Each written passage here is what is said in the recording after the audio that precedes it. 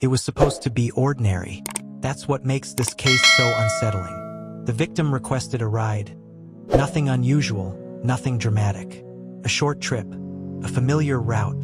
According to investigators, there were no signs of distress at the pickup point. No argument, no hesitation. Just a person stepping into a vehicle, trusting that they would reach their destination like they always had before. Friends later told police the victim had made plans for later that night. A call to return, a message to send, a life still moving forward.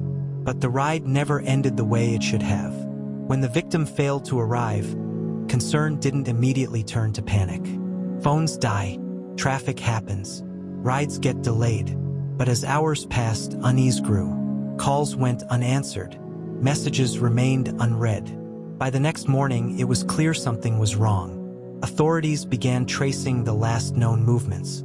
The ride request, the pickup location, the route. That's when the case shifted from concern to fear, because the ride had ended, just not where it was supposed to. Modern investigations often begin with data, and this case was no different. Detectives analyzed GPS records, timestamps, and location pings. They discovered the ride deviated from its expected route. Not dramatically, but enough to raise red flags. A turn that didn't make sense. A stop that lasted too long. Surveillance cameras filled in more gaps. A vehicle matching the description was seen entering an area far from the intended destination. After that, the trail went cold.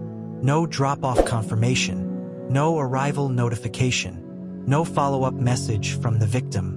Police interviewed people close to the victim, learning about recent conversations and routines. Nothing suggested the victim believed they were in danger. There was no plan to disappear, no reason to vanish.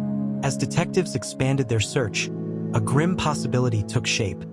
This was no longer a missing person case. It was a homicide investigation. Don't forget to like, comment, and subscribe. Hit the notification bell. Days later, authorities made the announcement no one wanted to hear.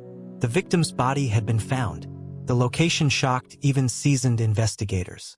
It wasn't hidden deep in the wilderness or buried far from civilization. It was a place people passed every day. A reminder that violence doesn't always hide. It sometimes exists right beside ordinary life. The medical examiner confirmed the death was a homicide. News spread quickly. Social media filled with questions, fear, and anger. How could someone leave for a simple ride and never return? How could something so routine become fatal? For the victim's family,